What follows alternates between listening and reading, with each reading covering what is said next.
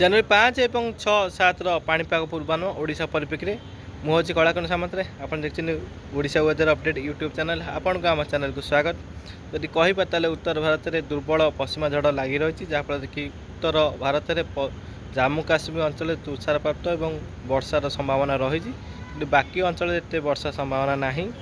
ଉତ୍ତର ପଶ୍ଚିମ ଭାରତରୁ ଥଣ୍ଡା ବାୟୁ ଓଡ଼ିଶା ମଧ୍ୟକୁ ଧୀରେ ଧୀରେ ପ୍ରବେଶ କରିବାର ସମ୍ଭାବନା ରହିଛି, ଯାହାଫଳରେ କି 5 ତାରିଖରୁ 7 ତାରିଖ ଅର୍ଥାତ୍ ଏହି 3 ଦିନ ରାଜ୍ୟରେ ଯଦି କହିବା ପଶ୍ଚିମ ଆଭ୍ୟନ୍ତରୀଣ ଓଡ଼ିଶା, ଉତ୍ତର ଓଡ଼ିଶାର କିଛି ଜିଲ୍ଲା ଏବଂ ଦକ୍ଷିଣ ଓଡ଼ିଶାର କିଛି ଜିଲ୍ଲାମାନଙ୍କରେ 1ରୁ 4 ଡିଗ୍ରୀ ତାପମାତ୍ରା ହ୍ରାସ ଘଟିପାରେ ଏବଂ ଶୀତ ଟିକେ ଦେଖିବାକୁ ମିଳିବ, ଅର୍ଥାତ୍ ଥଣ୍ଡା ପଡ଼ିବାର ସମ୍ଭାବନା ରହିଛି। ଏହିଭଳି ସ୍ଥିତି ରହିବ ଆଗାମୀ 7 ତାରିଖ ପର୍ଯ୍ୟନ୍ତ। କିନ୍ତୁ ଉପକୂଳ ଓଡ଼ିଶାରେ ପୂର୍ବା ବାୟୁ ଏବଂ ଉତ୍ତର ଭାରତରୁ ଆସୁଥିବା ଥଣ୍ଡା ବାୟୁ ମିଶ୍ରଣ ହେବା ଫଳରେ ଉତ୍ତର ଓଡ଼ିଶାର କିଛି ଜିଲ୍ଲା ଯେମିତିକି କହିବା ମୟୂରଭଞ୍ଜ, କେନ୍ଦୁଝର, ବାଲେଶ୍ୱର, ଭଦ୍ରକ, କେନ୍ଦ୍ରାପଡ଼ା, ଯାଜପୁର, କଟକ, ଜଗତସିଂହପୁର, ଖୋର୍ଦ୍ଧା, ପୁରୀ, ଗଞ୍ଜାମ, ଅନୁଗୁଳ, ଢେଙ୍କାନାଳ, ନୟାଗଡ଼ ଏବଂ ଗଜପତି, ରାୟଗଡ଼ା, ତ ଏହି ତମାମ ଉପକୂଳର ଏରିଆ ଯଦି କହିବା 12-13ଟି ଜିଲ୍ଲା ଲଗାତାର ଭାବେ ପୂର୍ବା ବାୟୁ ଏବଂ ଉତ୍ତର ପଶ୍ଚିମ ଦିଗରୁ ଆସୁଥିବା ଥଣ୍ଡା ବାୟୁ ମିଶ୍ରଣ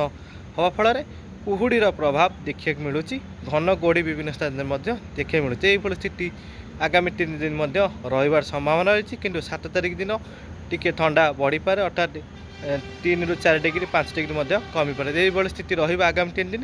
ଯଦି ବି କିଛି ପରିବର୍ତ୍ତନ ଘଟିବ ମୁଁ ନିଶ୍ଚିତ ଭାବରେ ଆପଣଙ୍କୁ ଅପଡ଼େଟ୍ ଦେବି। ଦେଖୁଥାନ୍ତୁ ଚ୍ୟାନେଲକୁ ସବସ୍କ୍ରାଇବ୍ କରିଥାନ୍ତୁ, ଲାଇକ୍ କରିବେ। ରହିଲି, ନମସ୍କାର।